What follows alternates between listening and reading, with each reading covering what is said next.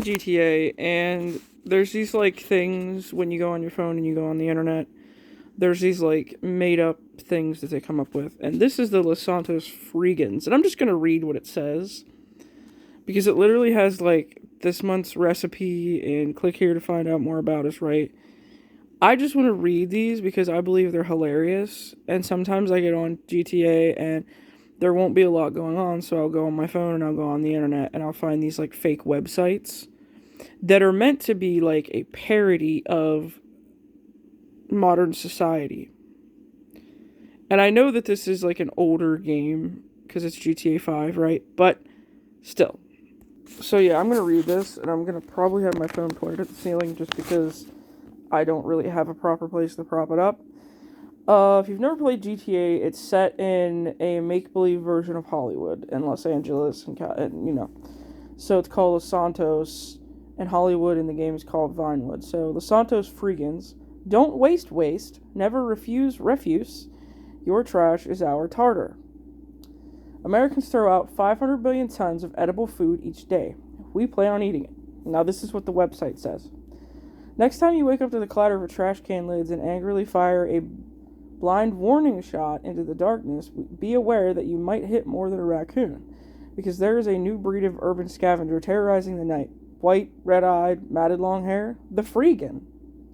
I believe it's supposed to make fun of vegans or people that are like really radical and literally live on water and air. You know what I mean. We're the Los Santos Freegans. We're on a crusade to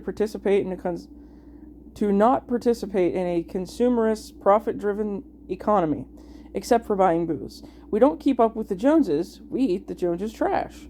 We're reducing landfill one mouthful at a time, and saving the planet from people like you. Dumpster diving used to be the last resort of the desperate and destitute. For us, it's a lifestyle choice and political statement. We don't need to live on garbage. We're college graduates with good middle class families. When I read this before I decided to make a YouTube video about it, I didn't have any problem reading any of this. No, we're non-productive members of society by choice. Even the homeless hate us.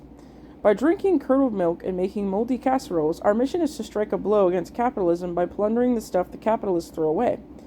We loot food from supermarket dumpsters, then organize protests outside those supermarkets for wasting food. We oppose social injustice by foraging the food homeless people used to survive on and serving it at bohemian dinner parties in artist lofts. In short, we despise the system that creates the food we rob, so we buck it by living outside it. Yet within it. It's confusing. We're too stoned to deal with it right now, and this stolen Wi-Fi connection is like 1990s slow. Suffice to say, our ideology isn't perfect, and neither are we. But it feels enough like radical environmentalism to tide us over until we come up with something less pointless. Shopping at the grocery store, and they spelled it Grossery. Why crash diet when you can trash diet? Imagine your food bill was zero. You'd have a lot more money for drugs, beer, and cigarettes. Believe you me. Why work when you can pilfer everything you need from the people who do work? It's like choosing to give up buying cigarettes rather than giving up cigarettes. It's a cause that everyone can respect. You can find everything you need to survive in a garbage can. Flea-infested clothes, bed-bug-ridden furniture, credit cards, and most of all, perfectly good food.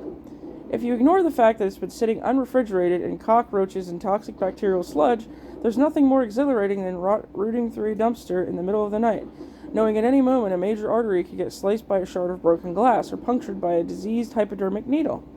The explosion of spores as you pluck a half-eaten tomato out of a diaper.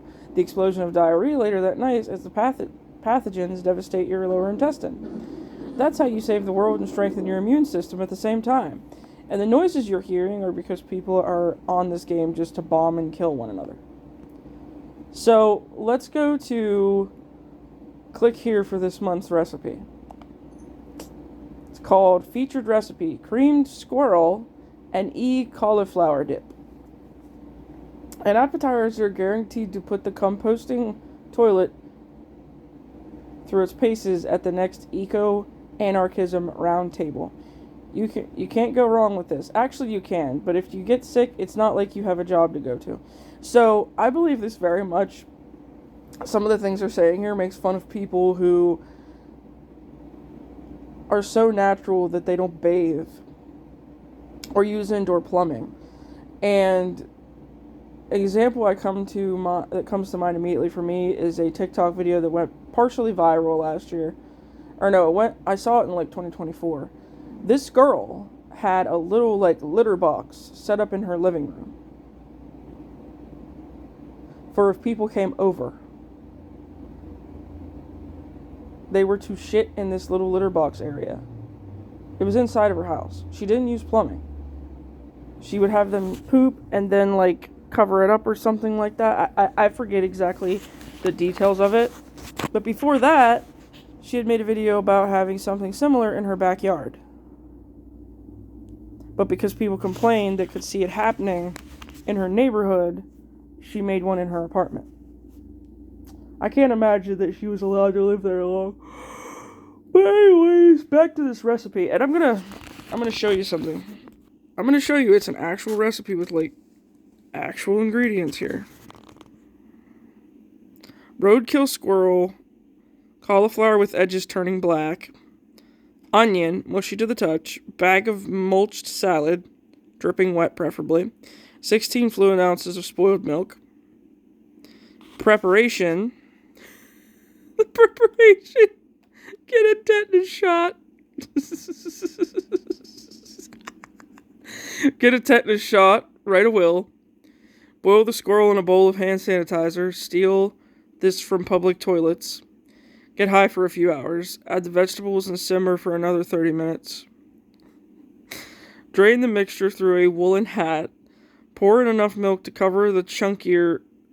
The chunkier the better.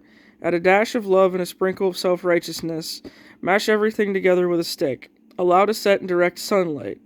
Serves a house of squatters. More recipes coming soon. Bread and gutter pudding. Prime dump steak. Spicy salmonella maki rolls. What? Yeah, I don't know. I think it's a pretty interesting thing that they do. I know it's probably dumb to make a video about this, but I play this game and I feel like there's a lot of things that people don't even pay attention to in the game, but that the people who designed this game make and put in the game to be funny, and most people don't even look at it. But I'm making a video about it because I think they deserve to know that somebody appreciates it and thinks it's funny. So there it is. And there's more of them. There's ones that are like... There was one I saw that was basically trying to get people to sign up to be a drug mule. And there was a game to see how many balloons you could swallow.